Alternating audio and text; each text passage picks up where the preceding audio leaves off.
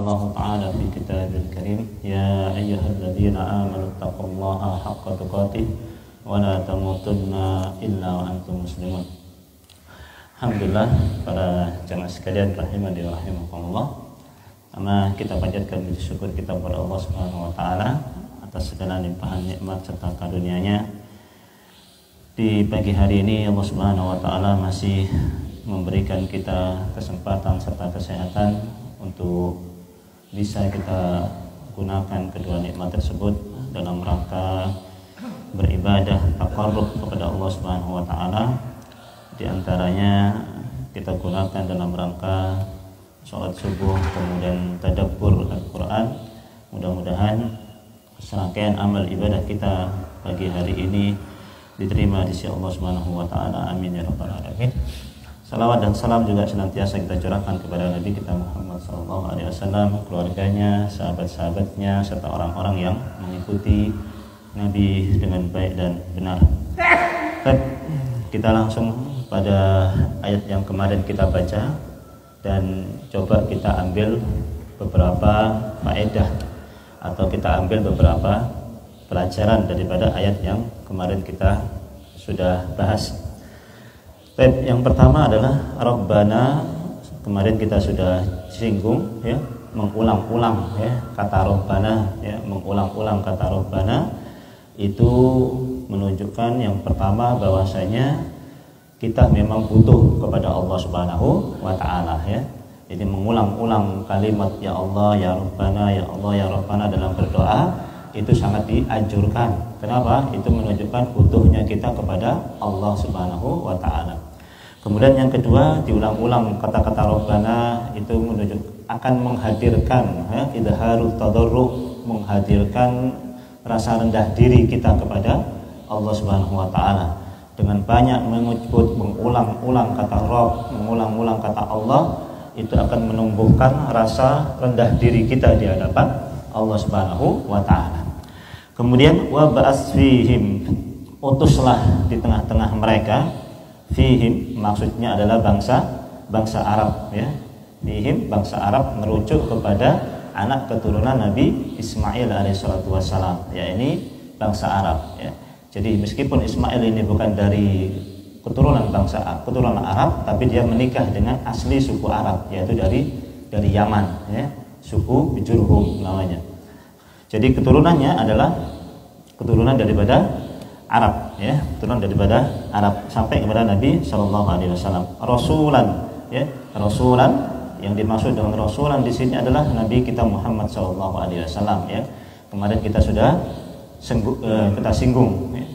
Apa yang memperkuat bahwasanya tafsir rasulan ini adalah Nabi Muhammad? Di antaranya adalah doa Nabi di antaranya adalah sabda Nabi sallallahu alaihi wasallam.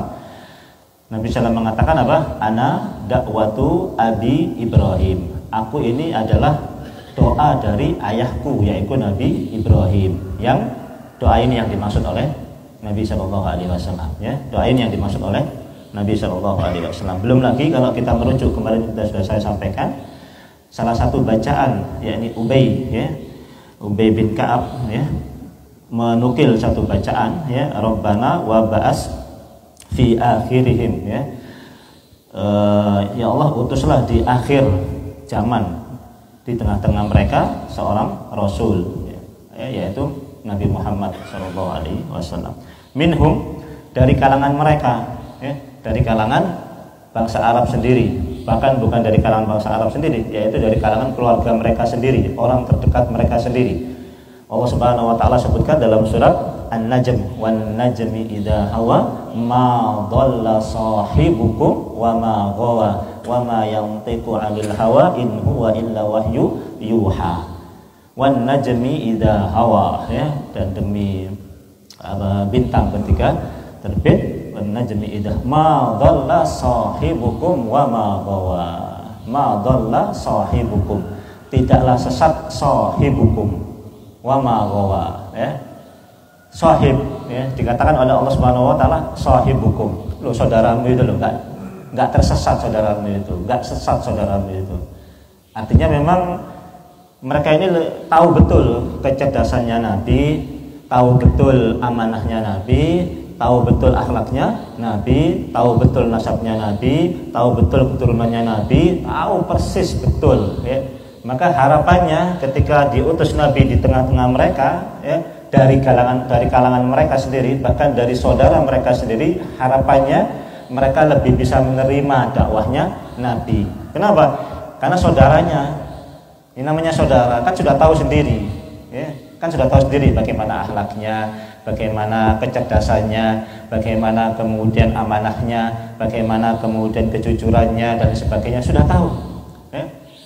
Mestinya kalau kita kan sendiri begitu ya kan, kalau kita mendapatkan dakwah dari saudara kita sendiri yang kita kenal ya, daripada kita mendapatkan dakwah dari orang lain yang tidak begitu kita kenal, tentu secara logika kita lebih percaya kepada saudara kita ya kan ya.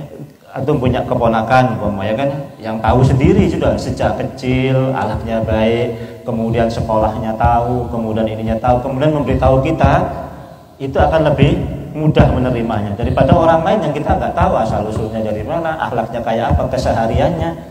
Nah ini mereka ini sudah tahu betul akhlaknya Nabi, keseharian, kecerdasannya Nabi, mereka mengetahui ya. Ketika terjadi perselisihan di antara mereka tentang siapa yang meletakkan Hajar Aswad ke tempatnya yang semula ya kan, ketika sudah dibongkar Ka'bah itu, mereka kemudian ribut, mau berantem, mau berperang. Mereka mengatakan kami yang berhak meletakkan Hajar Aswad ke tempatnya. Akhirnya mereka pun sepakat, kalau begitu yang meletakkan Hajar Aswad di tempatnya adalah orang yang pertama kali masuk ke Masjidil Haram ini ya, dari arah pintu Bani Saibah namanya. Maka ketika mereka melihat Nabi Shallallahu Alaihi Wasallam masuk, mereka mengatakan apa? Radina bil amin, radina bil amin. Kami ridho dengan al amin. Setelah kemudian Rasulullah menyelesaikan dengan cara ambil lidah kalian, ya, kemudian pegang ujung-ujungnya, kemudian bawa ke arah tempatnya Hajar Aswad itu, Nabi sendiri yang meletakkan batu tersebut di Hajar Aswad. Mereka mengatakan apa? Sungguh takjub dengan apa? Kecerdasan Nabi Shallallahu Alaihi Wasallam. Punya ide seperti itu tuh luar biasa. Itu kan belum jadi Nabi itu kan belum jadi Nabi. Usia beliau masih 35 tahunan kurang lebih ya kan. Belum jadi Nabi, tapi kecerdasannya sudah luar biasa, bisa menyelesaikan perpecahan yang hampir terjadi pertumpahan darah. Padahal masih muda anaknya. Itu diakui kecerdasannya.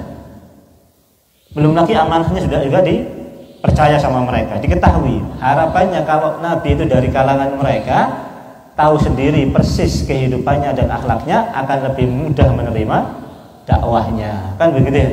Namun kenyataannya tetap sebetulnya memang bukan karena mereka tidak percaya sama Nabi, tapi egoisme, kesombongan, fanatisme lah yang menghalang-halangi mereka untuk kemudian tidak mempercayai dan mengikuti dakwah Nabi. Ya.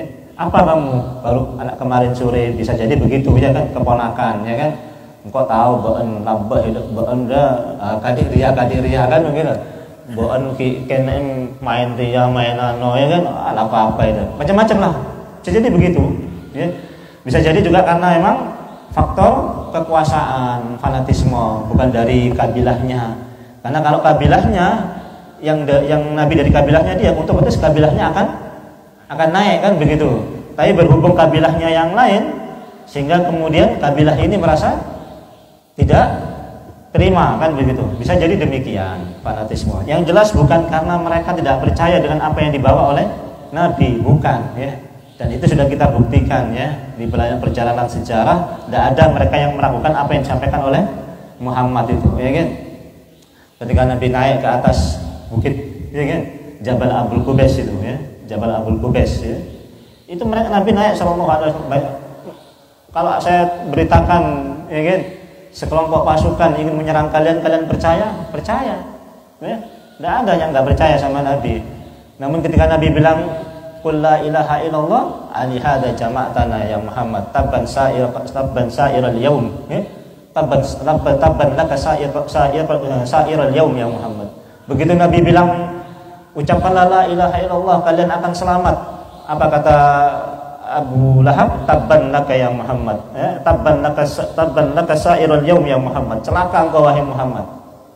Giliran suruh ngomong la ilaha illallah selamat, baru mereka kemudian menolak. Giliran dikasih tahu ada pasukan yang mau menyerang, mereka percaya.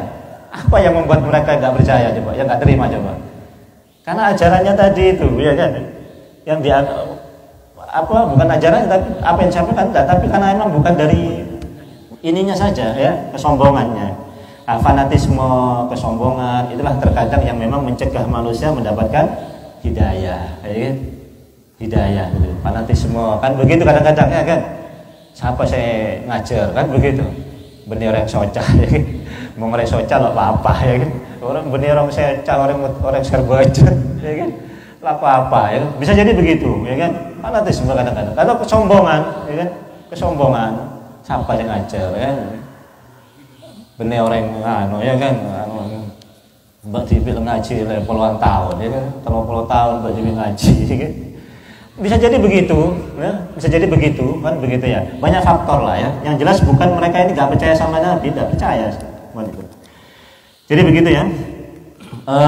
Rasulullah ini Nabi Shallallahu Alaihi Wasallam tengah mereka yatslu yang mereka membacakan kepada mereka alaihim ayatika ayat-ayat Allah Subhanahu Wa Taala wa yu'allimuhumul kitaba wal hikmata wa yuzakkihim innaka antal azizul hakim.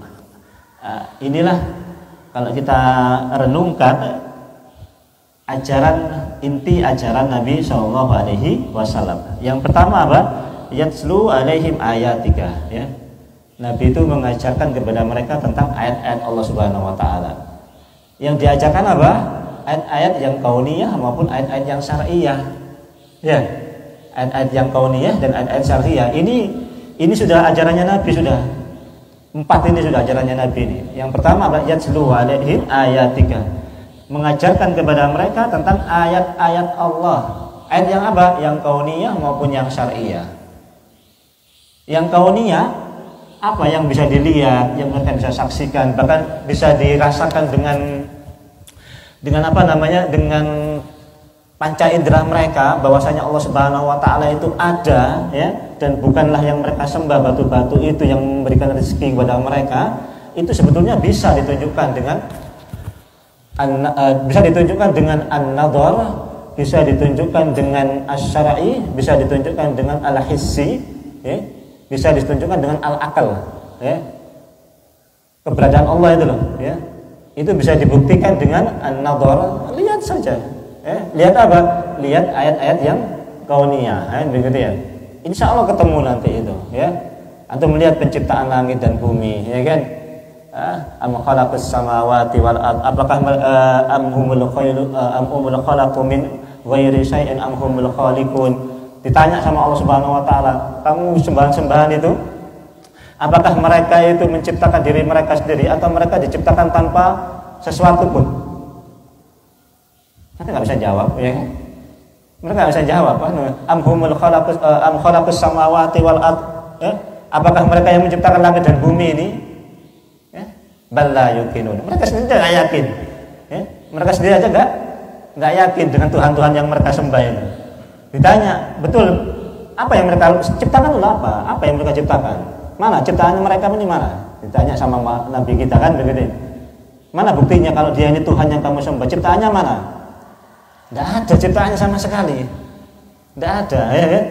Seekor nyamuk pun, lalat pun tidak ada, ya kan? Bahkan ketika lalat pun hinggap di pipi mereka nggak bisa berbuat apa-apa, diem aja, ya kan? Ya kan? Digerubungi lalat, Tuhan mereka ini, lalat ngumpul nih, diem aja nggak bergerak. Yang ngalu lalatnya siapa? Yang nyembah tadi, ya kan? Tuhannya diem aja.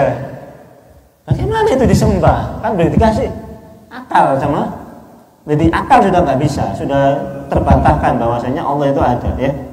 Makanya di sini Nabi mengajarkan apa? Ayat yang kauniyah maupun yang syariah. Ayat kauniyah yang bisa dilihat dan bisa dibuktikan, mukjizatnya Nabi, ya kan?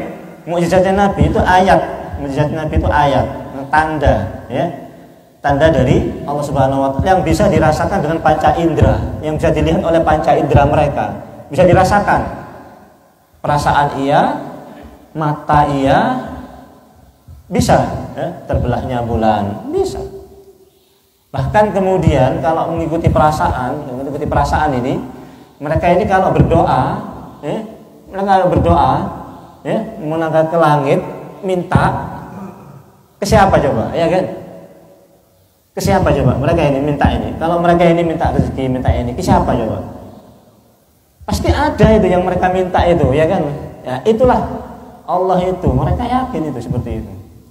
Ya. Semuanya bisa dibuktikan lah ya, dengan panca indera mereka bisa lihat, dengan hissi mereka bisa lihat, ya. Ada orang Arab Badui ya datang ketika hari Jumat, Nabi sedang berkhutbah, ya Rasulullah halakal malu, ya kan, wajah al-iyalu, ya Rasulullah halakal malu, ya Rasulullah harta kami ini sudah rusak semua, wajah al-iyalu, keluarga-keluarga kami kelaparan semua ya Rasulullah. Hah? Apa? Tidak ada hujan, ya kan? Tidak ada hujan sama sekali, ya kan? Tidak ada hujan sama sekali.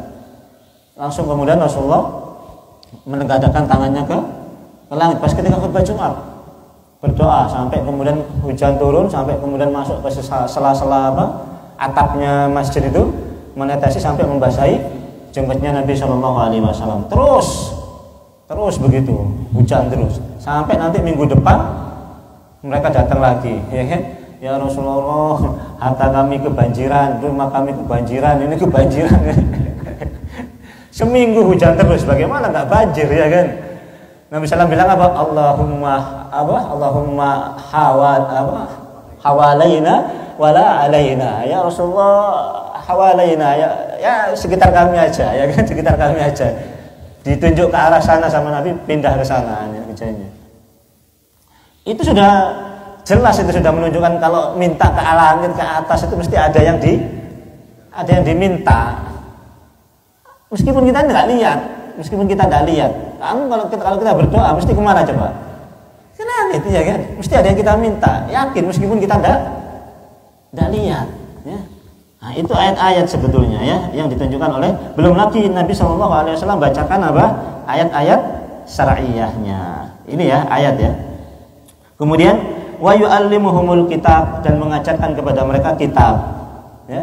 Selain menunjukkan ayat-ayat tadi ya yang kauniyah maupun syar'iyah, kemudian mengajarkan mereka kitab ya. Mengajarkan yatslu, ya kan? Yatslu menjalankan mereka kitab. Kitab secara ya ini secara apa namanya? Secara lafdhon maupun makna ya. Nabi mengajarkan isi Al-Qur'an ya, secara lafadznya diajarkan, kan begitu ya. Bagaimana cara bacanya diajarkan, kemudian maknanya juga diajarkan sama Nabi Shallallahu Alaihi Wasallam. Wal hikmata, rahasia-rahasia daripada isi Al-Quran itu juga diajarkan ya. Karena fungsi daripada hikmah ini, ada yang mengatakan hikmah ini begini, hikmah ini mungkin sudah pernah saya singgung. Kata-kata hikmah ini sudah pernah mungkin saya sudah sampaikan. Ada yang bergandeng dengan Al-Quran, ada yang tidak bergandeng dengan Alkitab, ya kan? Ada yang bergandeng dengan kitab, ada yang tidak bergandeng dengan kitab. Yang tidak bergandeng umpama yu'til hikmata may yasha wa may yu'tal hikmata faqad utiya khairan katsira. Ya kan? Wa may yu'til hikmata may yasha faqad utiya khairan yu'til hikmata may yasha wa may yu'tal hikmata faqad utiya khairan katsira. Allah Subhanahu wa taala memberikan hikmah kepada siapa yang dikehendaki, dan barang siapa yang diberikan hikmah, sungguh dia telah diberikan kebaikan yang banyak. Ini hikmah yang menyendiri ya, ini hikmah yang menyendiri. Nanti maknanya beda memang ya. Ini hikmah yang menyendiri, tidak bergandeng dengan kata-kata Alkitab dalam Al-Quran. Kemudian ud'u ila sabili rabbika bil hikmati wal mau'izatil hasanati wajadilhum billati hiya ahsan ya. Yang ketiga, walaqad atayna Luqmana al-hikmata an yashkur lillah wa may yashkur fa inna ma yashkuru li nafsihi wa man kafara fa innallaha ghaniyyun hamid. Tiga ya. Itu semuanya disebutkan kata-kata hikmah tapi tidak bergandeng dengan kitab. Ya. Nah, ini maknanya, artinya ini merujuk kepada dua makna. Kalau yang bergandeng dengan kitab sudah jelas maknanya itu sunnah dan sesuatu yang menerangkan tentang isi kitab tersebut. Kalau yang bergandeng dengan kitab seperti ayat ini ya, Rabbana wa ba'ath fihim rasulan minhum yatlu 'alaihim ayatika wa yu'allimuhumul kitaba wal hikmah, maka hikmah bergandeng dengan kitab itu maknanya sunnah. Ya. Kata-kata hikmah yang bergandeng dengan kitab ini maknanya sunnah. Ya. Apa sunnah itu atau hadis itu menerangkan isi Alkitab lebih detail, ya kan? Kan begitu. Di Al-Quran hanya sebut secara global tentang sholat, ya kan? Tapi tidak sebut berapa rakaatnya, ya kan? Tidak sebut waktunya secara detail. Maka kemudian hikmah itulah yang menjelaskan. Maksudnya hikmah kalau bergandeng dengan kitab itulah yang menjelaskan isi kitab tersebut lebih detail. Paham ya? Jadi kalau kata-kata hikmah ini bergandeng dengan kitab itu maknanya sunnah. Yaitu apa? Hikmah itu menjelaskan isi kitab tersebut dengan lebih detail. Bagaimana cara wudhu? Ada cara wudhu, ya kan? Cuma nggak sedetail kita dalam hadis, ya kan? Nggak sedetail ya dalam hadis penjelasannya. Atau yang lain banyak ya, banyak ayat-ayat yang kemudian dijelaskan secara detail oleh sunnah, yaitu oleh hadis. Nah, itulah yang disebut dengan al-hikmah. Kalau dia bergandeng dengan kata-kata Alkitab. Paham sampai sini? Ya, walladzi ba'atsa fil ummiyina rasulan minhum yatlu 'alaihim ayatihi wa yuzakkihim wa yu'allimuhumul kitaba wal hikmata wa in kanu min qablu lafi dhalalin mubin. Kan begitu ya? Walaqad manallahu 'alal mu'minina idz ba'atsa fihim rasulan minhum yatlu 'alaihim ayatihi wa yuzakkihim wa yu'allimuhumul kitaba wal hikmah wa in kanu min qablu lafi dhalalin mubin. Sama juga kitab hikmah, kitab hikmah. Nah, kalau kemudian kata-kata kitab kemudian gandeng dengan kata-kata hikmah, itu maknanya sunnah di situ, hikmah itu ya. Sunnah yang menjelaskan isi kitab lebih detail. Yang menjelaskan rahasia-rahasia yang tersembunyi dalam Alkitab tersebut.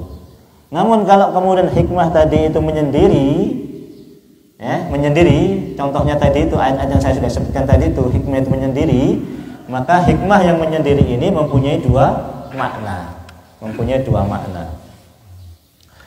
Ini disebutkan oleh Syekh Sa'id Al-Qahtani dalam kitab beliau Al-Hikmah judulnya. Yang pertama merujuk kepada satu pendapat bahwasanya orang yang punya hikmah itu adalah orang yang mempunyai kesesuaian antara perkataan dan perbuatannya baik secara zahir maupun batin. Ini yang pertama ya. Ada kesesuaian antara perkataan dan perbuatan baik yang zahir maupun yang batin ya.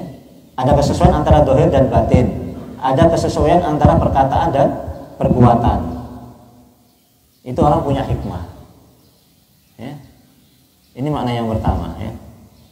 Makna yang kedua adalah orang punya hikmah itu adalah orang yang bisa menempatkan sesuatu pada tempatnya. Nah, itu orang punya hikmah namanya ya. Orang yang bisa menempatkan sesuatu pada tempatnya. Orang itu punya hikmah ya. Yang mungkin sering kita sebut dengan bijaksana, macam-macam lah ya kan. Tapi bagaimana sih sebetulnya orang yang bijaksana itu? Orang yang bijaksana itu yang pertama adalah orang yang sesuai antara perkataan dan perbuatannya, orang yang sesuai antara zahir dan batinnya. Itu orang hikmah itu namanya ya. Makna yang kedua adalah orang yang kemudian bisa menempatkan sesuatu sesuai dengan tempatnya. Seorang ayah, dikatakan orang ayah itu punya hikmah kalau ayah tersebut sesuai antara perkataan dan perbuatannya. Itu orang punya hikmah ya. Bapak itu orang bijaksana, Ustaz. Kenapa? Nyerongkok sholat. Iya bagus, orang bijaksana itu namanya. Tapi bapak sholat, ini jelas enggak apa namanya? Enggak bijaksana ini, enggak bijaksana ya. Bijaksono namanya ya kan. Bijaksini ya kan. Bijaksini, bijaksana kan gitu ya. Ini jelas bukan bijaksana namanya, bukan orang punya hikmah begini ini. Orang punya hikmah itu adalah orang yang punya kesesuaian antara perkataan dan perbuatan. Ya, tang bapak bijaksana Ustaz. Oh iya, dia mah nyerongkok sholat, bapak ya sholat. Nah, itu betul orang bijaksana itu, ya kan? Tang bapak nyerongkok ngaji, bapak ya ngaji. Itu orang bijaksana. Tapi kalau orang nggak bijaksana, nyuruh anaknya sholat, tapi sendiri nggak sholat. Ya, itu nggak bijaksana itu namanya. Ya. Meskipun kelihatannya baik, sabar, ya kan, beri pesek, beri bukan, ya.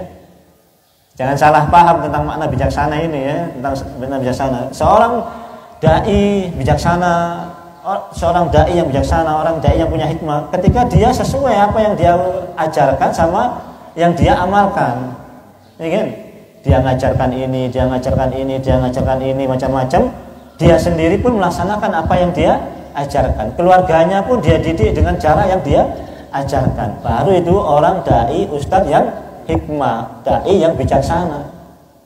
Nah, tapi kalau dai itu nggak bijaksana, ya bukan seperti itu, ya kan? Meskipun ngomongnya ini, ya kan, baik, lemah lembut kalau ngomong, tapi kemudian keluarganya tidak sesuai dengan apa yang dia ajarkan, perilakunya tidak sesuai dengan yang dia ajarkan, bukan dai yang bijaksana, ya kan? Hah? Hah? Kardi.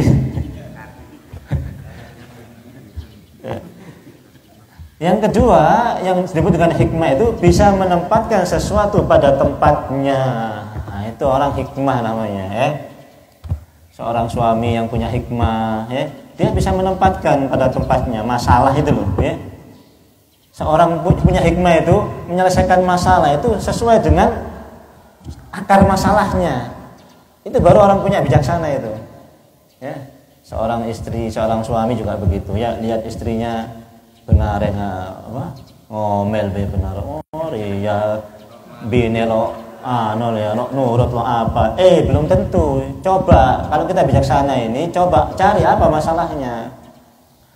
Ya ajar ngaji lo toman, ya kan, ya ajari ngaji lo toman, ya kan, belanja orang jek ria masalahnya, jek ria masalahnya. Lah kalau itu masalahnya, nah, baru selesaikan dengan tepat. Seorang anak, lihat anak juga begitu, lihat anak itu. Kenapa anak ini bijaksana? Kalau kita bijaksana lihat anak ini jelingnya anak dia kadinya cocok kebian apa ini macam-macam lah, ya kan. Hafalannya wah, pondok weh mulai hafal Quran. Nah, itu orang bijaksana. Dia bisa lihat dengan tepat anaknya, ya kan? Bisa lihat dengan tepat. Seorang dai juga begitu, bijaksana, ya kan?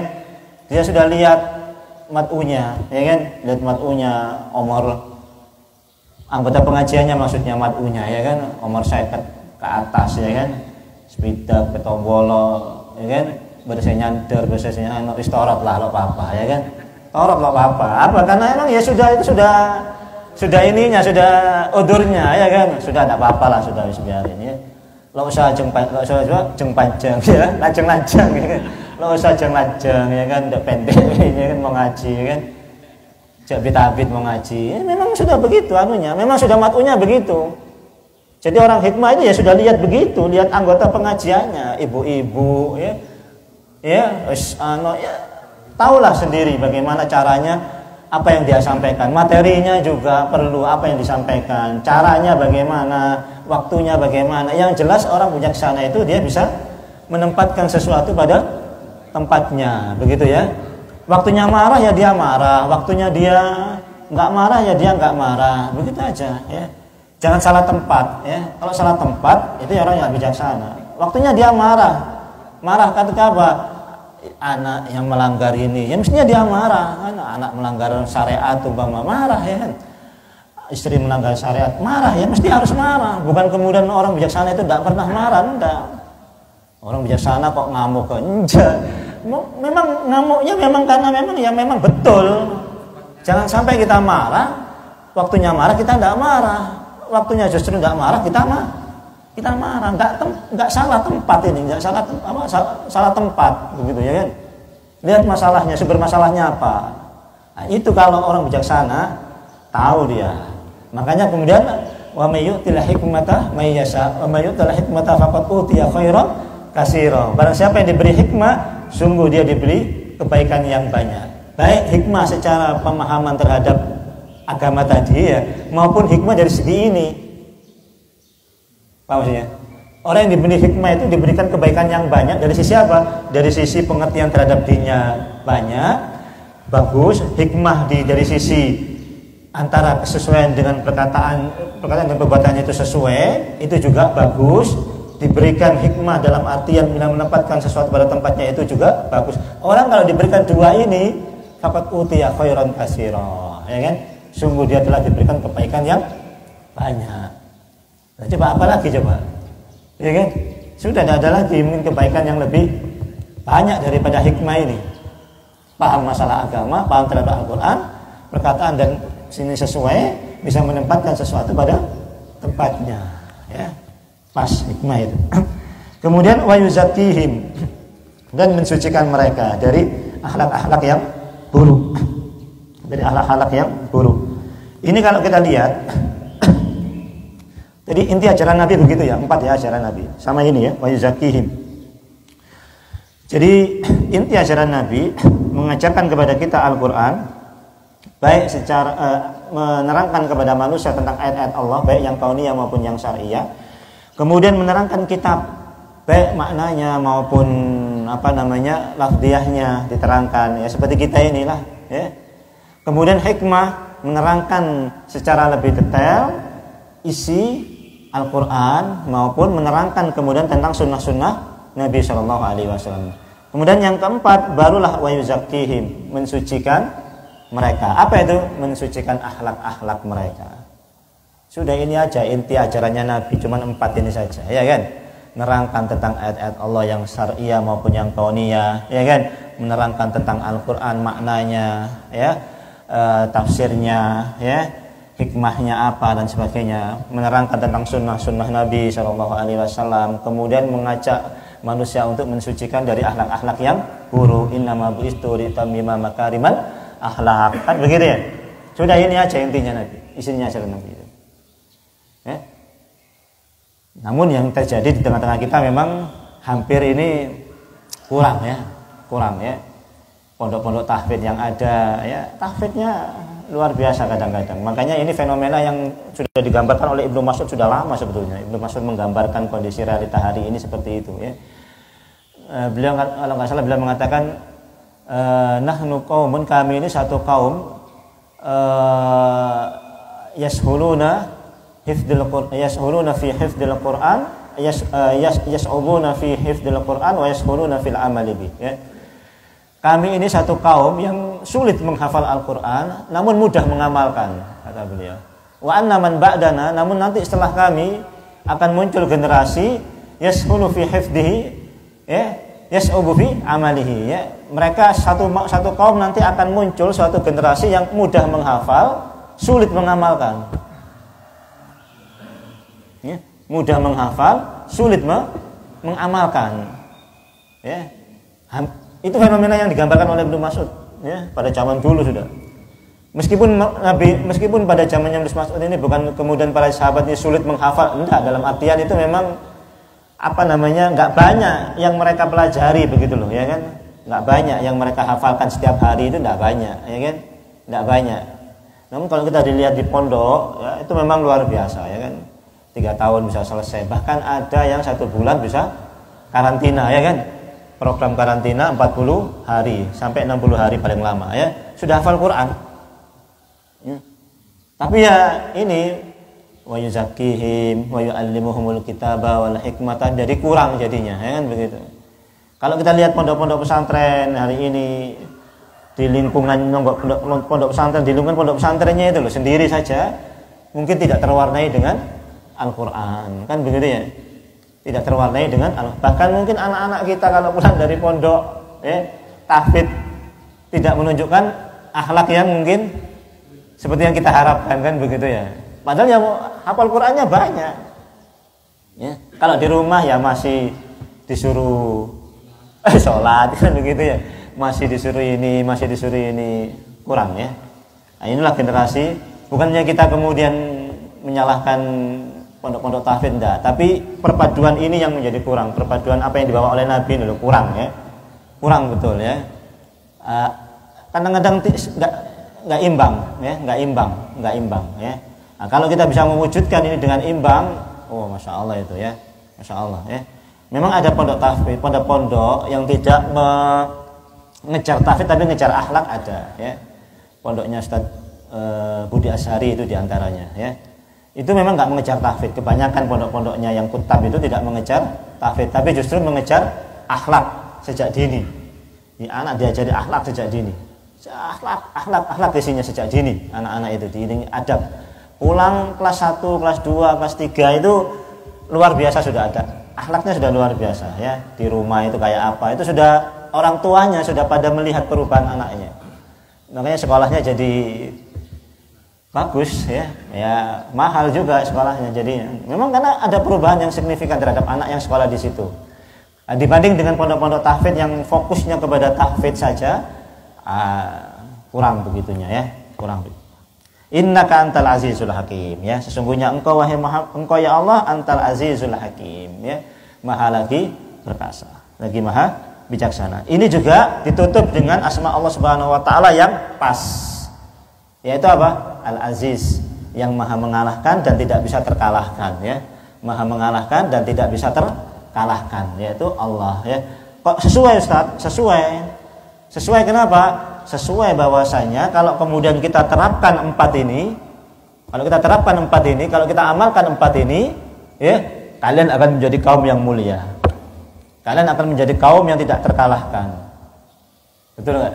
Ya, yaquluna la irja'na ilal madinati la yukhrijanna al-a'azzu minhal adal.